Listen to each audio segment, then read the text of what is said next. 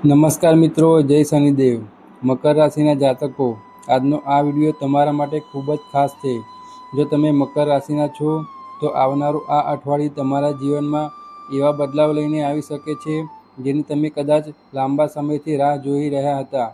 જુલાઈ મહિનાનું આ પહેલું મહત્વપૂર્ણ અઠવાડિયું કેટલાક લોકો માટે સામાન્ય રહેશે, પરંતુ મકર રાશિના ઘણા જાતકો માટે તે જીવનની દિશા બદલનારું સાબિત થઈ શકે છે.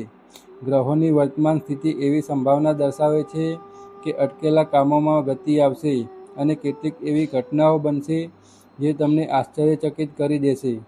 સૌથી રસપ્રદ વાત એ છે કે જે વ્યક્તિ ક્યારેક તમારાથી દૂર થઈ ગઈ હતી, જે કોઈ કારણસર તમારી સાથે વાત કરવાનું બંધ કરી દીધું હતું અથવા જે તમારી જિંદગીમાંથી અચાનક ગાયબ થઈ ગઈ હતી, તેના તરફથી ફરી સંકલ્પ થવાની શક્યતા પણ બની રહી છે. દરેક વ્યક્તિના જીવનમાં આવું થશે એવો જ દાવો નથી, પરંતુ ઘણા મકર રાશિના જાતકો માટે આવા શુભ સંકેતો ગ્રહોની ચાલ દર્શાવી રહી છે. પરંતુ મિત્રો, જ્યાં એક તરફ 3 શુભ સંકેતો દેખાઈ રહ્યા છે, ત્યાં બીજી તરફ શનિદેવ 2 મહત્વપૂર્ણ ચેતવણીઓ પણ આપી રહ્યા છે. જો આ ચેતવણીઓ અવગણશો તો મળતા સારા અવસર પણ હાથમાંથી સરકી શકે છે. તેથી આ સંપૂર્ણ માહિતી ધ્યાનથી સાંભળજો. જો તમે અમારી ચેનલ ધાર્મિક જ્ઞાન પર પહેલીવાર આવ્યા હોય તો ચેનલને સબસ્ક્રાઈબ કરી લો અને બેલ આઇકન જરૂર દબાવો, જેથી રાશિફળ, ધર્મ, વાસ્તુ અને જ્યોતિષ સંબંધિત નવા વિડીયો સૌથી પહેલાં તમને મળી શકે. હવે ચાલો જાણીએ આ અઠવાડિયાની પહેલી અને સૌથી મોટી ખુશખબરી વિશે. જ્યોતિષીય ગણતરી મુજબ શુક્ર ગ્રહની સ્થિતિમાં મહત્વપૂર્ણ પરિવર્તન થઈ રહ્યું છે. શુક્ર પ્રેમ, સંબંધો, આકર્ષણ અને સુખ સમૃદ્ધિના કારક માનવામાં આવે છે. જ્યારે જીવનમાં શુક્રની શુભ અસર વધે છે, ત્યારે ઘણા અટવાયેલા સંબંધો ફરીથી સુધરવા લાગે છે. પાછલા થોડા સમય દરમિયાન જો કોઈ ખાસ મિત્ર, પરિવારનો સભ્ય, નજીકનો સંબંધી અથવા પ્રિય વ્યક્તિ તમારી પાસેથી દૂર થઈ ગઈ હોય, તો હવે ફરીથી વાતચીત શરૂ થવાના સંકેતો મળી શકે છે. ગેરસમજો ધીમે ધીમે દૂર થઈ શકે છે અને મનમાં રહેલી કડવાશ ઓછી થઈ શકે છે. કેટલાક લોકો માટે આ સમય નવા સંબંધની શરૂઆત પણ કરાવી શકે છે, જ્યારે કેટલાક માટે જૂના સંબંધોને ફરીથી જીવંત કરવાનો સમય બની શકે છે. જો તમે કોઈ મહત્વપૂર્ણ વ્યક્તિની રાહ જોઈ રહ્યા હતા, તો આ અઠવાડિયામાં કોઈ સારા સમાચાર મળવાની સંભાવના બની રહી છે. આ સાથે જ એક બીજી શુભ બાબત પણ જોવા મળી રહી છે. કોઈ એવી વ્યક્તિનો સહયોગ મળી શકે છે જે તમારા અટકેલા કામને આગળ વધારવામાં મદદ કરશે. કદાચ તે મિત્ર હશે, કોઈ વડીલ હશે, કોઈ સહકર્મી હશે અથવા પરિવારનો કોઈ સભ્ય હશે. તેના માર્ગદર્શનથી તમને લાભ મળી શકે છે. પરંતુ અહીં એક વાત ખાસ યાદ રાખજો. જો કોઈ વ્યક્તિ તમારી જિંદગીમાં પાછી આવે, તો જૂના અહંકાર અથવા જૂના ઝઘડાઓને ફરીથી જીવિત ન કરશો. શાંતિ, સમજદારી અને ક્ષમાનો માર્ગ અપનાવશો તો આ સંબંધ તમારા માટે આશીર્વાદ બની શકે છે. મિત્રો, આ તો હતી આ અઠવાડિયાની પહેલી અને સૌથી મોટી ખુશખબરી. મિત્રો, હવે વાત કરીએ આ અઠવાડિયાની બીજી મોટી ખુશખબરી વિશે.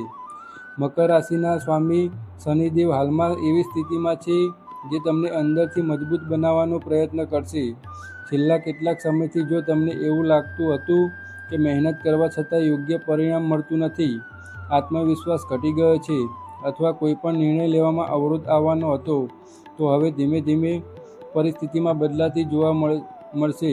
આ અઠવાડિયામાં તમારામાં નવી ઉર્જા અને ઉત્સાહ જોવા મળશે. જે કામને તમે વારંવાર ટાળી રહ્યા હતા, તેને પૂર્ણ કરવાની હિંમત મળશે. ઘણા લોકો તમારા નિર્ણય અને તમારી વાતને મહત્ત્વ આપશે. નોકરી કરતા લોકો માટે અધિકારીઓ તરફથી સારો પ્રતિસાદ મળી શકે છે, જ્યારે વેપાર કરતા લોકો માટે નવા ગ્રાહકો અથવા નવા સંપર્કો લાભદાયક સાબિત થઈ શકે છે.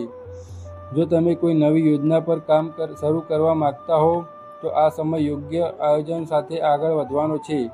પરંતુ ઉતાવળમાં કોઈ નિર્ણય લેવાની જગ્યાએ દરેક બાબતને સારી રીતે સમજીને આગળ વધશો તો સફળતા મળવાની સંભાવના વધુ રહેશે.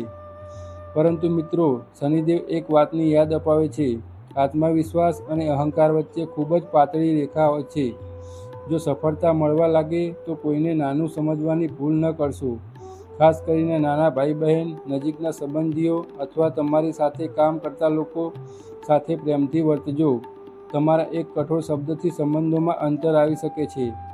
હવે વાત કરીએ ત્રીજી અને સૌથી ખાસ ખુશખબરી વિશે. આ અઠવાડિયામાં બુધ ગ્રહની ચાલમાં પરિવર્તન જોવા મળશે.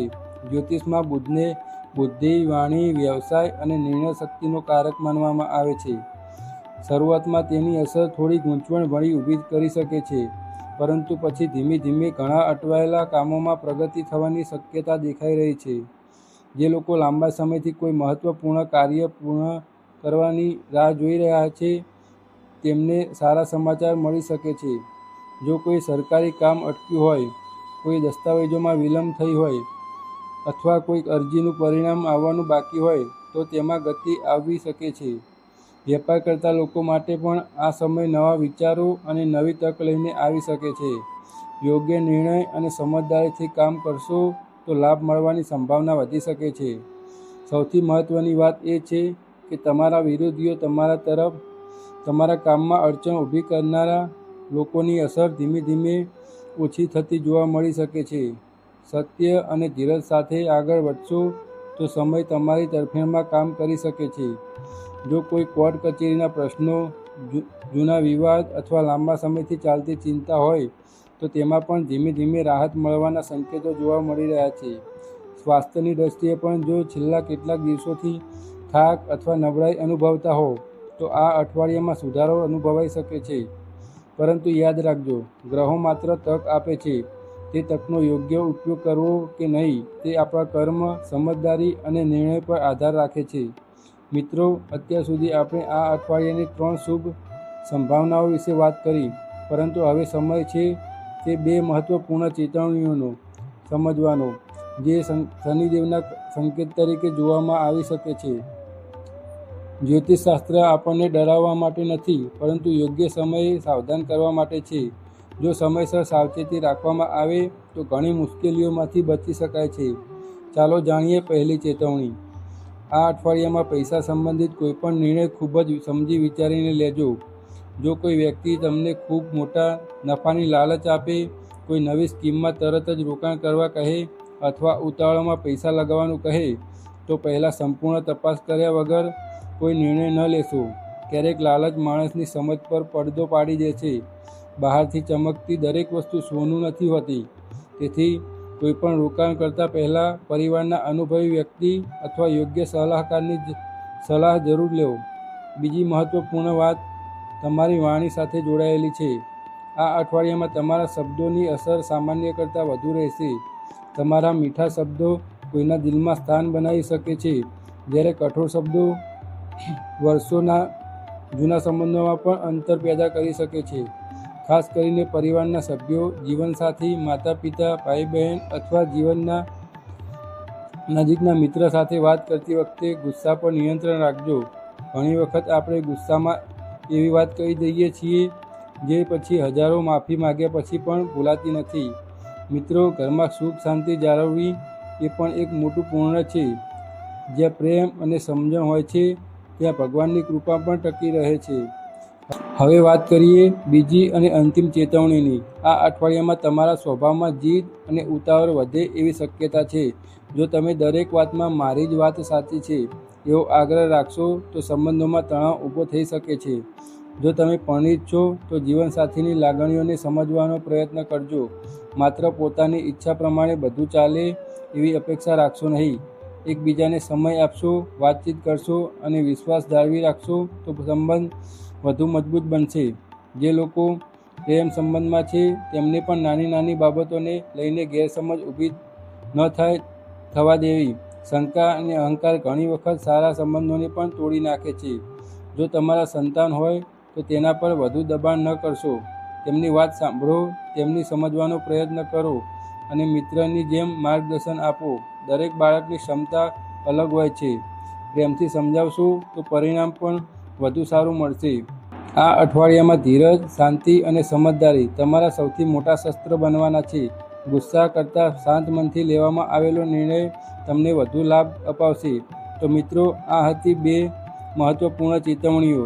જો તમે પણ વાતોનું પાલન કરશો તો ગ્રહોથી મળતા શુભ સંકેતો લાભ વધુ સારી રીતે મેળવી શકશો.